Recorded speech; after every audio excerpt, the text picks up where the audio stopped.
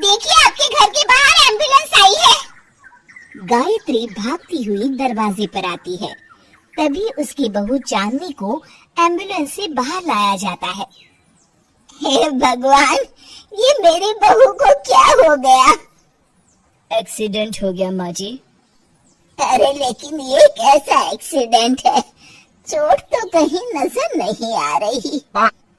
अरे माँ जी, दिमाग में अंदरूनी चोट लगी है और ये अपनी याददाश्त खो बैठी है। हैं?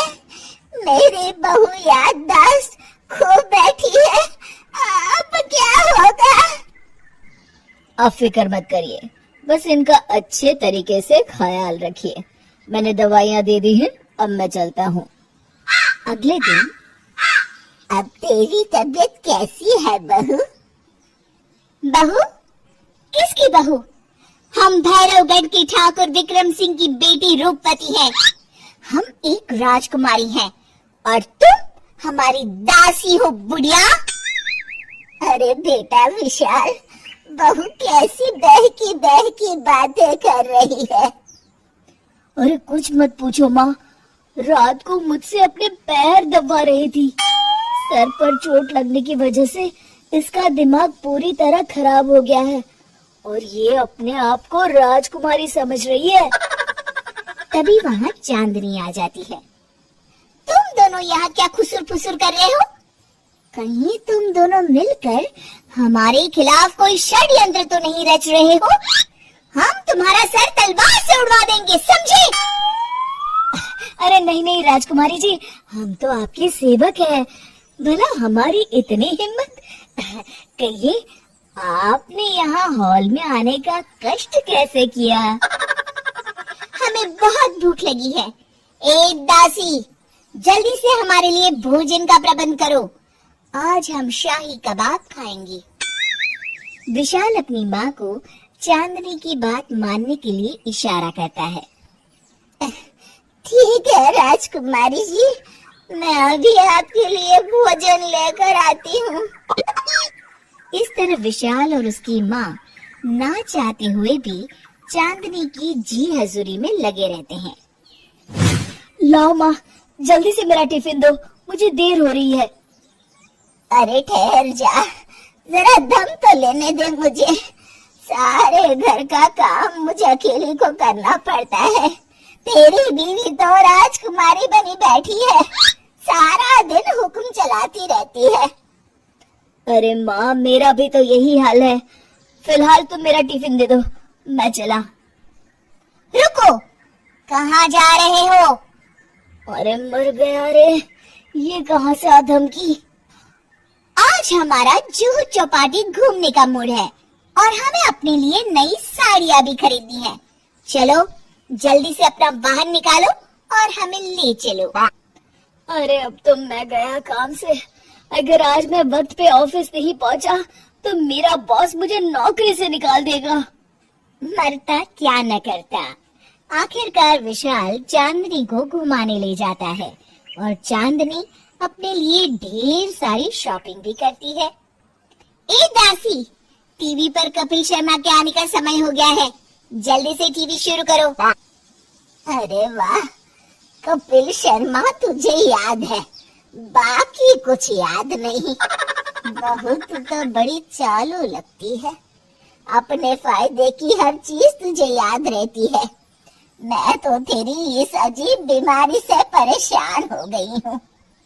अगले दिन, अरे डॉक्टर साहब, आप इतने दिन से मेरी बहू का इलाज कर रहे हैं, लेकिन उसकी बीमारी तो सुधरने के बजाय और बढ़ती जा रही है।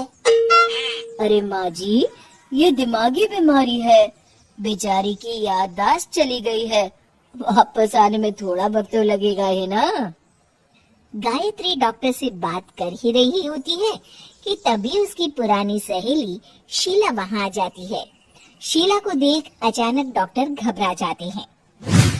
अच्छा माँ जी, मुझे एक मरीज को अर्जेंट देखने जाना है, मैं चलता हूँ। ये कौन था?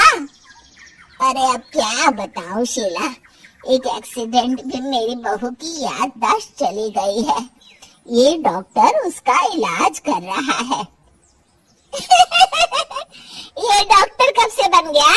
अरे ये तो चमन पान वाले का लड़का है, सारा दिन नौटंकी करता रहता है।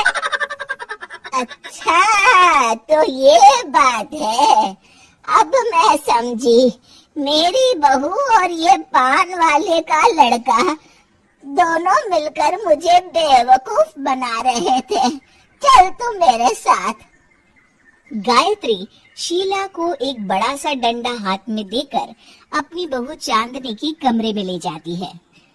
बहू, ये मेरी सहेली है, एक डॉक्टर है। इसने तेरे जैसे न जाने कितनों का इलाज 2 मिनट में कर दिया है। इसका कहना है कि सर पर जहाँ चोट लगी हो, अगर उसी जगह दोबारा किसी बड़े डंडे से जोर से मारा जाए तो मरीज की याददाश्त वापस आ जाती है। देख, हम डंडा भी लाए हैं। अपनी सास की बातें सुनकर और हाथ में बड़ा डंडा देख चांदनी घबरा जाती है। अरे बाप रे, मैं तो फंस गई। इस डंडे की एक बार की वार से ही मैं तो चारों खाने चित हो जाऊंगी। अब क्या करूं, क्या करूं, क्या करूं?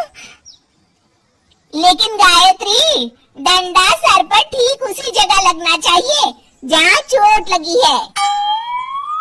अरे तू चिंता मत कर, 2-4 बार मारूंगी तो एक बार तो सही जगह लग ही जाएगा ना। चल बहू, तैयार हो जा। अरे नहीं नहीं माँ जी, मुझे मत मारिए। दरअसल घर के काम करने से बचने के लिए मैंने ये सब नाटक किया था। मुझे माफ कर दीजिए, मैं कान पकड़ती हूँ। दोबारा ऐसी गलती कभी नहीं करूंगी।